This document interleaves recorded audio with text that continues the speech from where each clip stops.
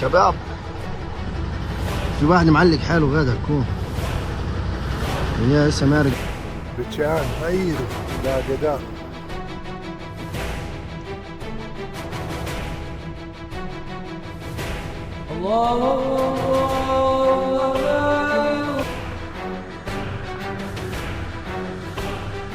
للمزيد من الأخبار اضغط متابعة ولا تتردد، سوف تجد ما يسرك وما لا يسرك أحيانا.